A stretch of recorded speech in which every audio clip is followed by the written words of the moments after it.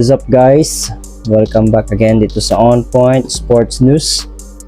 Pag-uusapan natin ngayon itong panalo ng New York Knicks kontra sa Spurs sa isinagawang NBA Cup Tournament Championship. Napanalunan ng New York Knicks ang tropeyo ng NBA Cup Tournament at tinalo nila ang San Antonio Spurs sa score na 124-113. So makikita natin na hindi lang si Jalen Brunson ang gumawa para sa New York Knicks, kundi maging yung kanyang mga teammates, lalo na itong si OG Anunoby. Si OG Anunoby ay umiscore lang naman ng 28 points na may 9 rebounds at 5 3-pointers yung kanyang ipinasok. At itong si Karl Anthony Towns na may 16 points, 11 rebounds, double-double. Itong si Josh Hart, 11 points, 8 rebounds. Mikal Bridges with 11 points. Si Tyler Kolek, napaka-underrated na player. Si White Boy, pero umiscore ng 14 points, 5 rebounds at 5 assists. Si Jordan Clarkson naman ay umiscore ng 15 points. Talagang ginamit ni Mike Brown, head coach ng New York Knicks, itong si Jordan Clarkson. 6 yung itinira niya na field goals at 3 3-pointers ang naipasok. Big game din itong ginawa ni Mitchell Robinson kontra kay Victor Wembanyama. Medyo hindi naman napigilan, pero at least na-slow down niya itong si Wemby.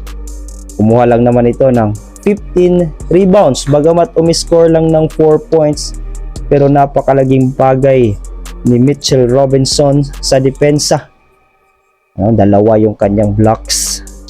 At itong si Jalen Brunson naman na may 25 points, 8 assists at 4 na rebounds ang ginawa ni Jalen Brunson. Siyang itinanghal na MVP ng tournament at ito ay nag-a-average ng 33.2 points per game sa NBA Cup. So makikita natin dito na talagang maganda ang lineup ngayon ng New York Knicks ngayong season, at title contender din talaga itong Knicks sa pangunguna ni Jalen Brunson at ni Karl Anthony Towns. Ang New York Knicks ay hindi pa nanalo ng kahit anong championship. Huli nilang naging championship, NBA championship, ay noon pang 1973. So ilang dekada na yun, ilang taon na hindi nananalo itong New York Knicks. First time nilang manalo ng NBA championship, nga lang ito ay hindi yung talagang NBA finals. Hindi ito yung legit talaga na pinaglalabanan. Hindi ito yung main goal ng bawat team sa NBA. Ito ay NBA Cup lang. Kaya naman nakapagpasya itong New York Knicks na hindi nila isasabit yung kanilang banner, no? Diba makikita nyo sa mga home court, sa mga naging champion ng NBA, naglalagay sila ng banner doon sa taas. Pero itong New York Knicks, hindi sila maglalagay. Gaya ng Lakers, ang unang naging champion ng NBA Cup ay ang Los Angeles Lakers. Naglagay sila ng banner nung sila nanalo ng NBA Cup. Maging ang Milwaukee Bucks naglagay din. Pero ang New York Knicks, hindi sila maglalagay ng banner. Dahil hindi ito yung pinaka-main goal nila. Pero malaking bagay din ang napanalunan ng New York Knicks sa NBA Cup Tournament. Dahil meron silang premyo na $500,000 each, no? Ilang milyong peso yun. Malaking bagay yun para sa mga young players, sa mga rookie. Bagamat sa mga superstar nila, sa mga star player nila, hindi ito ganoon kalaki. Pero sa mga young players nila ay malaking bagay na ang $500,000. Lalo na ng mga two-way ng mga player nila, yung mga nasa two-way contract.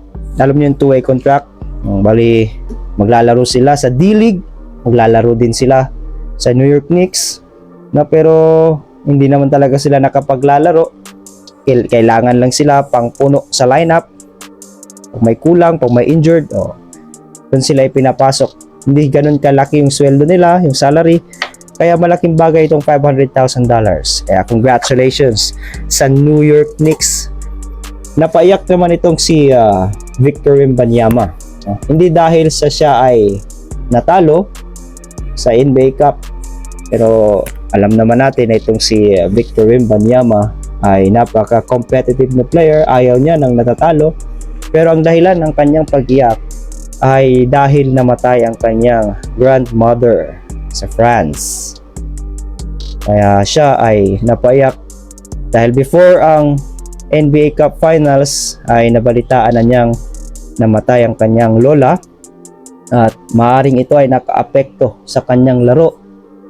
Pero bagamat siya ay may problema, ay naka-score pa rin ito ng 18 points, 6 rebounds. Tandaan nyo, hindi ito naging starter si Victor Wembanyama dahil meron pa siyang minutes restriction. Nakapaglaro siya sa game ng 25 minutes lang dahil nga hindi pa fully recovered yung kanyang naging injury.